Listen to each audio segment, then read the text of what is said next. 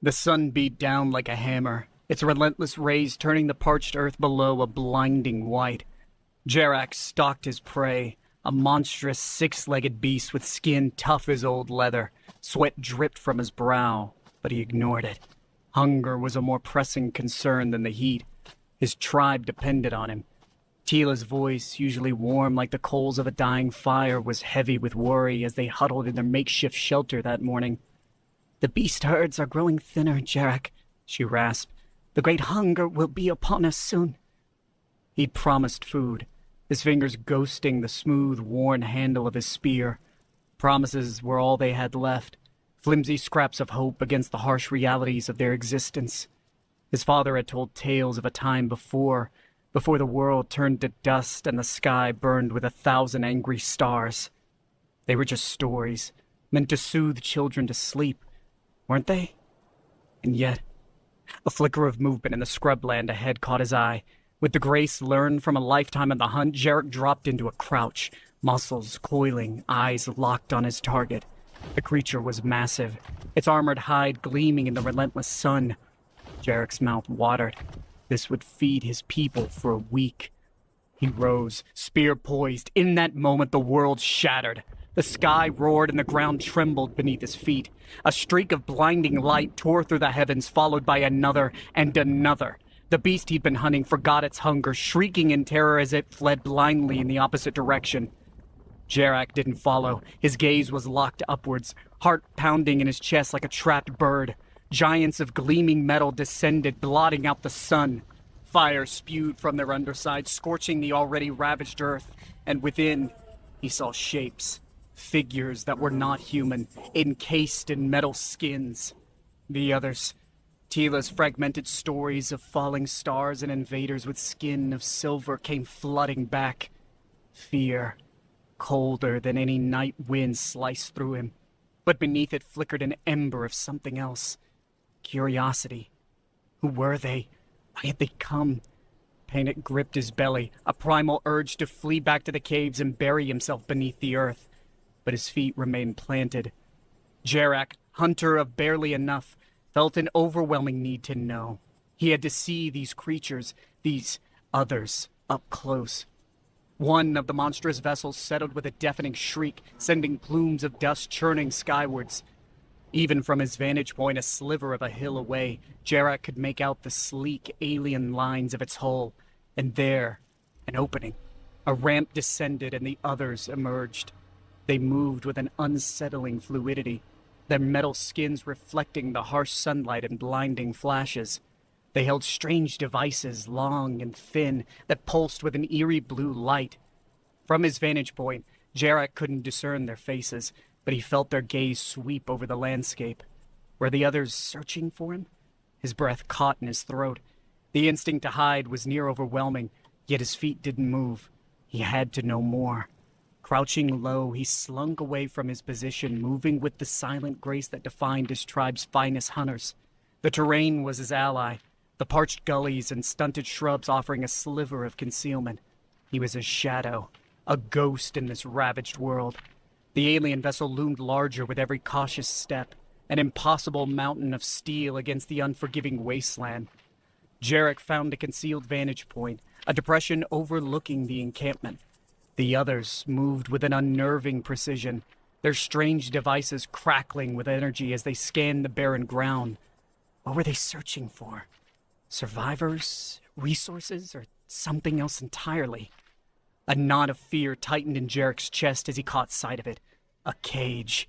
Crude, wrought from twisted branches and bone. Its bars could barely contain their frantic occupants. Members of his tribe. Tila's wrinkled face was a mask of anguish as she pressed herself against the bars, her voice a thin wail against the roar of the alien machinery. The ember of curiosity in his gut died, replaced by a burning fury. His fingers tightened around his spear, the familiar wood a grounding presence in the storm of the unknown. They had taken his people, his family. A surge of reckless defiance coursed through him. It didn't matter that the others were stronger, stranger, that they possessed unimaginable power.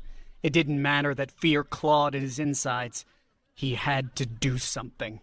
Jarak drew in breath, the sun-scorched air thin in his lungs. He was a hunter, a survivor, and this was his territory, his land, no matter how desolate it seemed. He knew every crevice, every hidden gulch within a day's march of the settlement. He couldn't attack head-on.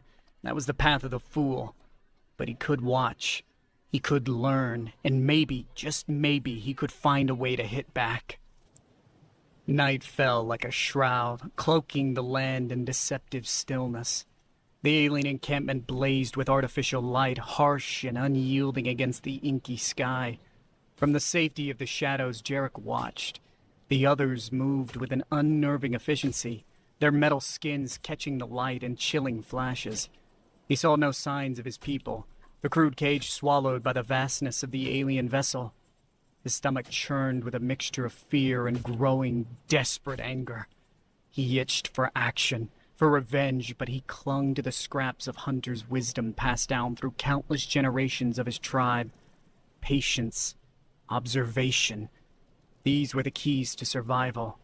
The creatures retreated inside their monstrous ships, leaving behind a few sentries armed with crackling blue weapons. Jarak noted their movements, their patrol patterns.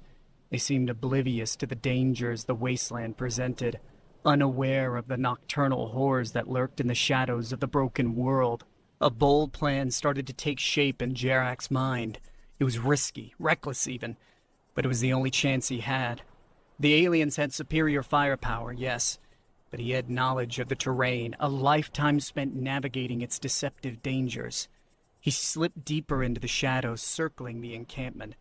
There had to be an access point, a vulnerability he could exploit. And then he saw it, a maintenance shaft, half concealed by a jutting slab of rock. It was small, barely large enough to squeeze through, but it led inside. Jarak's heart pounded against his ribs. He'd only ever heard whispers of the world before the fall, a world of strange machines and towering structures. Could he navigate their innards, find a way to free his people? He inched closer. The two guards near the shaft seemed uninterested, their attention drawn by the harsh glare of lights from the main ship. This was his chance. Soundless as a viper, Jarek slid into the shaft, his rough-spun clothes barely making a whisper against the cool metal. The darkness was absolute, pressing in from all sides. He moved by touch alone, his fingers running across smooth conduits and wires that hummed with an unknown energy. The close confines made him want to gasp, but he fought the urge, every breath measured and shallow. His pulse throbbed in his ears as he emerged into a dimly lit chamber. Crates were stacked neatly along the walls, marked with alien symbols. Tools he couldn't begin to understand were laid out on a workbench. Panic threatened to overwhelm him. But then, he heard the voices. Tila's voice, cracked with defiance, mingled with the guttural sounds of the others. Jarak crept closer, peering through a narrow ventilation grate. The sight that greeted him made his blood run cold. Tila was bound to a metal table surrounded by the others. Their gleaming forms bent over her, their touch not gentle but probing. A strange device hummed near her head, thin wires trailing to a pulsating console. They were studying her, dissecting her thoughts, her memories. The room was a hive of alien activity. Others moved around Tila, studying readouts, their long, multi-jointed fingers tapping at smooth control panels. They spoke in a language that was like shards of glass in his ears, harsh and discordant. And then, a flicker on one of the many screens caught his eye. A moving image showed a small group of his people, faces etched with fear, being prodded towards the looming alien ship. Among them, he saw a flash of bright red cloth, the ragged remains of an elder's robe. It was Tila's daughter, Mina. His heart twisted with a renewed fury. Jarek had to act. He surveyed the room, frantically searching for an advantage. The tools on the workbench. Could he use them as weapons? Perhaps, but they were crude tools wielded by a primitive hand against creatures that could melt stone with their strange lights. But then he saw it. A stack of cylindrical containers. They looked almost familiar, and nestled around them were smaller disc-like objects. A sliver of recognition sparked in Jarek's memory. Tales of explosions before the fall. The weapons of the ancients. Had the others inadvertently brought him the means to fight back? A desperate plan started to form. He needed a diversion, something to draw their attention away from Tila. He looked around the room, eyes alighting on a panel of blinking lights. He didn't know what it controlled, but it pulsed with energy, a focal point within the alien nest. Jarak reached in, his fingers brushing against the strange wires. He ripped them free, bracing himself against the shock. Sparks showered the room, and the lights flickered and died, plunging a section of the chamber into darkness. A guttural sound of surprise arose from the others, a brief moment of chaos amid their unsettling order. This was his chance. Jarak scrambled through the vent, dropping silently into the chamber. He felt the weight of their gazes turn toward him, the air vibrating with the hum of their weapons. He had seconds, no more. He charged with a guttural cry, the roar of his defiance echoing strangely in the metallic chamber. The others were caught off guard, their weapons raised but a beat too slow. Jarak had the advantage of surprise and the desperation of a cornered animal. He slammed into the nearest alien, his shoulder knocking the creature into one of the humming consoles. Sparks flew and the creature shrieked, its metallic skin blistering and blackening. Jarak snatched up a heavy tool, a wrench, perhaps, and lashed out, striking the others that crowded him. They seemed oddly fragile beneath their imposing metal shells. He was outnumbered, vastly outmatched, but he fought with the ferocity that only a man protecting his people could possess. He heard the sharp crack of a bone and felt hot fluid splatter against his face. He didn't know if it was his blood or theirs. It didn't matter. Jarak reached for the containers on the workbench, dodging the pulse of a weapon that singed his hair and left a smoking hole in the wall behind him. One of the others lunged for him, and he swung the cylinder with a desperate force, the container shattering against the creature with a blinding flash. The explosion threw him against the far wall. He felt the heat before the pain, a wave of searing agony washing over him. Smoke filled his nostrils. His ears rang. Through the haze, he saw the others struggling, their metal shells cracked and burning. He scrambled to his feet. They were focused on quelling the fires, their weapons lowered. He could see Tila, her face pale with shock, still bound to the table. Jarak had created his chance. He launched himself at her bonds, slashing at the restraints with a jagged shard he'd snatched up amidst the chaos. Tila stared at him in stunned silence, blinking back tears. They were cut free, and in that moment a guttural roar filled the room. One of the others had turned, weapon raised, energy crackling. Jarak instinctively shoved Tila aside, and the world went white again. Jarak came to slowly, agonizing pain washing over him in waves. It felt like his body was on fire, burning from the inside out. His head throbbed, and his ears rang with a deafening whine. He could see nothing but swirling blackness and bursts of blinding light. A voice, Tila's voice, cut through the haze. "Jarak, can you hear me?" He croaked a response, the sound barely a whisper against the ringing in his ears. His body felt heavy, unresponsive. Panic clawed at him. Was he dying? Tila's hand was on his, surprisingly strong. "You will survive this, my boy. You are strong." Her voice was strained, but there was a steely resolve in it. "The cage. Mina. She is free. They left after the explosions." Tila's voice broke slightly. "We lost many, Jarak. They took others, but many escaped thanks to you." Jarak tried to sit up, and a wave of nausea nearly overwhelmed him.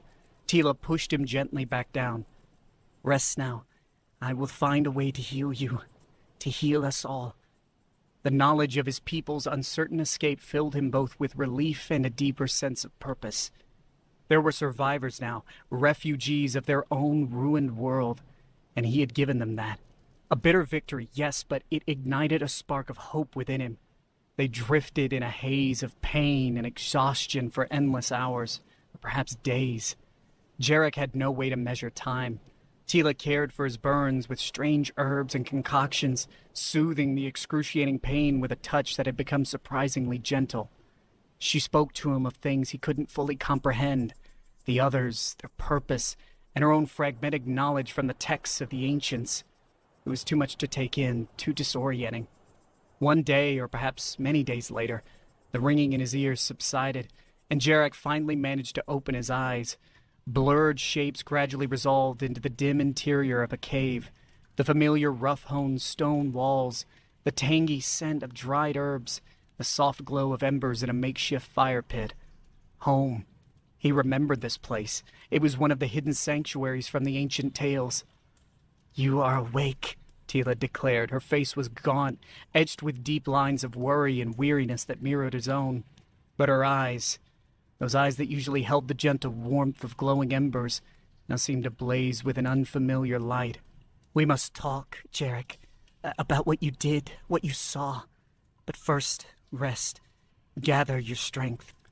Days turned to weeks. The burns that scarred Jarek's body slowly healed, leaving behind angry red welts and tightened skin. He spent his time helping with the tasks of survival, foraging what meager food the unforgiving land would offer, strengthening the hidden camp's defenses, and teaching others the skills needed to evade the occasional patrols the others sent out. His nights were filled with whispered conversations with Tila, who seemed as restless as the desert wind. "They wield the powers of the ancients," she would say, her voice low and filled with a mixture of wonder and horror. "The stories were true, the lights that swallowed cities, the weapons that shattered the mountains. The others are not just invaders, Jarek. They are inheritors." He listened, trying to piece together her fragmented information. His body mended, but his mind remained restless, grappling with the enormity of what he'd witnessed in the alien encampment. In the darkness of the caves, the flickering firelight cast grotesque shadows of the alien forms on the walls, their cold, gleaming eyes ever present in his nightmares. One night, as the others slept fitfully around him, Tila beckoned him outside. The desert was chillingly beautiful under the stark moonlight. The barren landscape bathed in an eerie silver glow. They sat on a wind-worn rock, a chasm yawning below them. "They searched my mind, Jarek," Tila began, her voice barely a whisper. "They seek something." He waited, his heart pounding against his ribs. He had witnessed her torment in the metal chamber and suspected this was the true cause of her changed demeanor. "A relic," she continued falteringly. "A key, they call it. They believe it holds secrets to a power that they couldn't even fully understand. A power left behind by those who came before them." Jarek's mind raced. Were the others not the inheritors of ancient might, but mere scavengers themselves? It painted them in a different light, a desperate one. Then a realization struck with startling clarity. The cylindrical containers, the discs, are those weapons? Tila nodded grimly. Relics themselves, echoes of forgotten wars. We don't know how to fully control them, Jarek. They are volatile, as you witnessed. She looked at him, a haunted expression in her gaze. But they hold power, raw and dangerous. A chill ran down Jarek's spine. They had barely stumbled upon these relics, driven by desperation in a bid for survival. Yet the others possessed knowledge, a purpose. This wasn't merely a war of survival, it was a race against time. "What do we do?" Jarek asked, the question hanging heavy in the cold night air. Tila stared out at the desolate landscape, her gaze drawn to the horizon, where the shimmering lights of the alien settlement pierced the night sky. "We cannot hide forever," she said, a fierce determination replacing the haunted look in her eyes. "We are sparks, clinging stubbornly to life. But sparks can ignite a fire." He turned to her, a surge of reckless hope rising within him. "But how? How do we fight back?" Tila smiled, a mirthless curve of her lips. "We don't. Not directly. Not yet. But we plant seeds. Seeds of chaos, of disruption." She reached into the folds of her robes and retrieved a small, intricately carved box. It seemed strangely out of place, weathered by time, yet gleaming faintly in the moonlight. "You saw them, Jarek. The way they moved, their relentless order. They fear what they don't understand." She opened the box, revealing a jumble of wires, crude metal scraps, and a small, pulsing stone. "This," she placed the strange device in his hands, "this is our seed." Jarak inspected the object, utterly baffled. It looked like nothing but a crude collection of scavenged parts assembled with a childlike fumbling for something greater. It mimics their signals. It will draw them, confuse them, Tila continued. Plant these wherever you can, lure them into traps we've laid, send them on wild chases, make them question. She paused, a glint of cunning in her eye. Make them fear the shadows. Jarak's mind raced. This was no grand battle plan, no glorious clash of armies, but amidst the desolation it was a form of fighting they could manage. To be the unseeable hand, the ghost nipping at the heels of a giant. It filled him with a strange mix of trepidation and a perverse thrill that was entirely unlike him. The others, he began. My people. They cannot fight. No. Tila's eyes hardened. There will be eyes. The ears in the wastelands. You, Jarak, will be the hunter in the darkness. If what I saw in their minds is true, they will underestimate us. They think us broken, less than insects scurrying amidst the dust. We will become their nightmare. The transformation of the tribe into a guerrilla force was swift and brutal. Jarak became a specter moving with unnatural stealth through the desolate wasteland. He studied the aliens, their routines, their technology. He became an expert at laying traps, using the harsh elements themselves as weapons. Quicksand disguised as solid ground swallowed alien patrols whole. Ravines, once just inconvenient obstacles, became fatal snares with cleverly timed rockfalls. He learned to place the crude beacons Tila created, luring the others away from settlements, disrupting their search for his people. They came to fear the strange anomalies, the inexplicable disturbances on their sensors. There were whispers among the tribe of a new entity, a vengeful spirit of the wasteland itself. Jarak didn't dispel these rumors. Let them fear what they could not see. It was a war of attrition, fought in the shadows with small, hard-won victories. With each ambush, each panicked alien communication he intercepted, he felt a flicker of satisfaction. It didn't undo the past, didn't bring back those they'd lost, but it brought balance to an utterly uneven conflict. One day, returning from the endless expanse of desolation, he found Tila waiting for him. The fire in her eyes burned brighter than usual, and there was an odd stillness about her that put him on edge. There is something you must see, she said, her voice clipped with a strange urgency. She led him deeper into the caves, to a chamber he'd never entered before. The air here felt heavy, almost tangible. Strange symbols, older than any he'd seen in the ancient texts, were etched into the rough walls. And there, in the center of the room, was a shimmering pool of darkness. It's a rift, Tila explained, her voice filled with awe. A tear in the fabric of everything.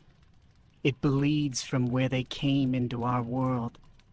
Jarak stared, his heart thudding a drumbeat of primeval fear. The pool seemed to writhe and shift, pulling at his gaze.